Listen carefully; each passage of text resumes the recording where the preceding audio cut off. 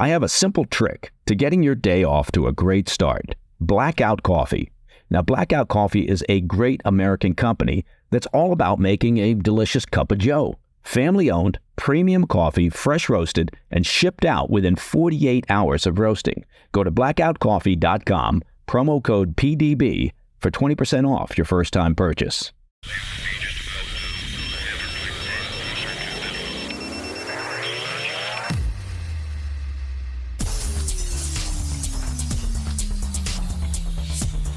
It's Tuesday, 9 July. Welcome to the PDB Afternoon Bulletin. I'm Mike Baker, your eyes and ears on the world stage.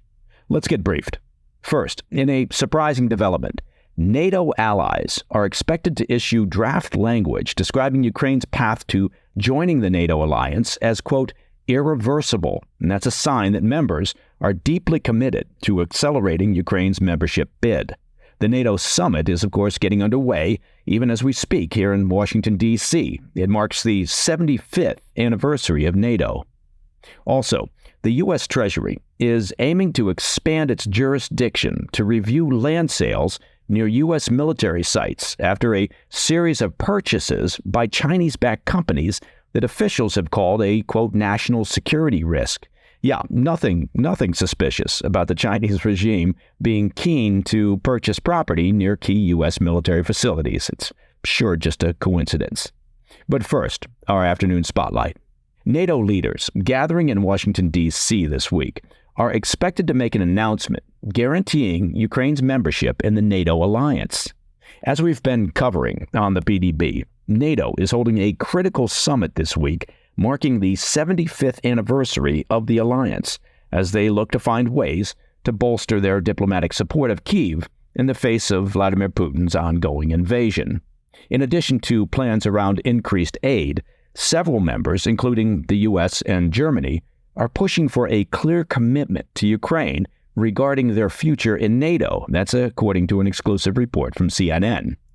We're now learning that NATO leaders are in final negotiations over language for a draft text of the alliance's joint communique that describes Ukraine's path to joining the NATO alliance as, quote, irreversible. And after all, as you know, you can't have a summit without issuing a joint communique. While the final text could change, the inclusion of irreversible would send a strong signal to both Kyiv and the Kremlin that the West is determined to bring Ukraine into the NATO family. An anonymous source, is there any other kind these days, with the White House told CNN that the U.S. would support the language so long as Kyiv agrees to a series of internal reforms required for membership. The official added that other members appeared in agreement and that such language would be included in the final draft. As we've previously discussed, U.S. Secretary of Defense Lloyd Austin had suggested last week that NATO would outline a, quote, bridge to membership for Ukraine to ultimately join the alliance. But the draft language, well, it's even stronger than most analysts expected. NATO Secretary General Jens Stoltenberg avoided specifics, but said, quote, we are working on the exact language on how to express that Ukraine is going to become a NATO ally and how we are moving forward, end quote. Now, Ukraine still has a long road ahead.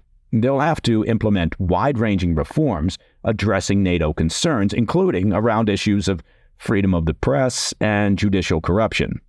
There also remains hesitation by some members arising from NATO's Article 5, which lays out the principle of collective defense, commonly termed an attack on one is an attack on all. Some critics believe that Ukraine's accession to the alliance would all but guarantee direct confrontation between the alliance and Russia. Still, those concerns are, at this point anyway, theoretical, as Ukraine's membership bid is still expected to take many years to complete. In the past, Kyiv has said they hope to officially join the alliance by the end of the decade. In the meantime, NATO leaders said they will announce plans this week in D.C. to strengthen Ukraine's defense capabilities and integrate them more closely with NATO standards and procedures to accelerate their membership bid. Outside of the issue of NATO membership, the alliance is also set to approve a major new aid package for Ukraine. It will include a pledge of $43 billion next year in military aid, with a provision to reassess and potentially increase contributions at future NATO summits.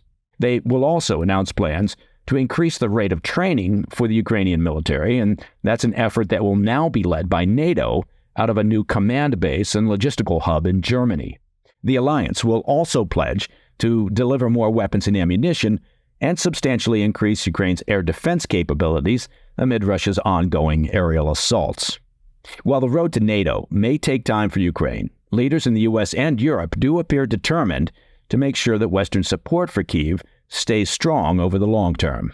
Coming up after the break, the U.S. Treasury is aiming to expand its jurisdiction to review land sales near U.S. military sites after a series of purchases by Chinese-backed companies that, frankly, spooked security officials. One could ask whether any due diligence was done prior to these various purchases. I'll be right back. Welcome back to the Afternoon Bulletin. In an effort to bolster national security, the Treasury Department has announced an expansion of its review authority over foreign purchases near U.S. military bases.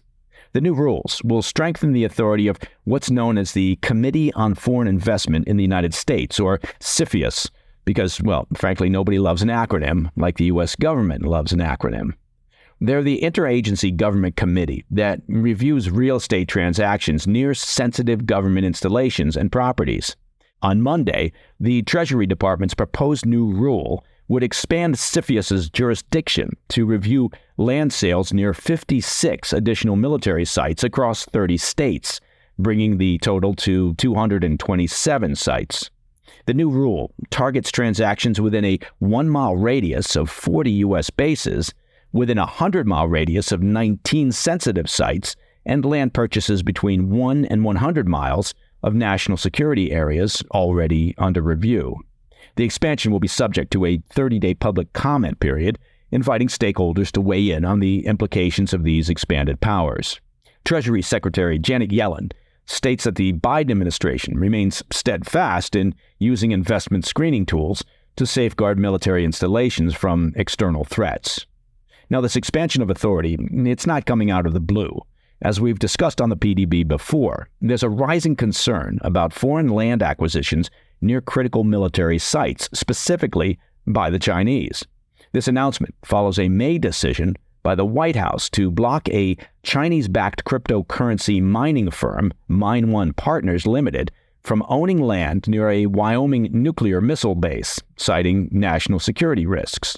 Additionally, in 2021, the Chinese Fufeng Group's plans to build a $700 million wet corn milling plant approximately 12 miles from the Grand Forks Air Force Base, which houses air and space operations in North Dakota, raised significant national security concerns. These concerns led to the project's cancellation. And that, my friends, is the PDB Afternoon Bulletin for Tuesday, 9 July. If you have any questions or comments, please reach out to me at pdb@thefirsttv.com.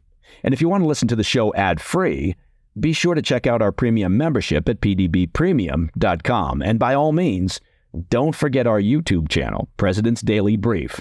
You can catch all our podcast episodes there, plus our weekend situation report. It's a weekly TV show with moving pictures and everything, featuring excellent guests, news, and insight. I'm Mike Baker. I'll be back tomorrow. Until then, stay informed, stay safe, stay cool.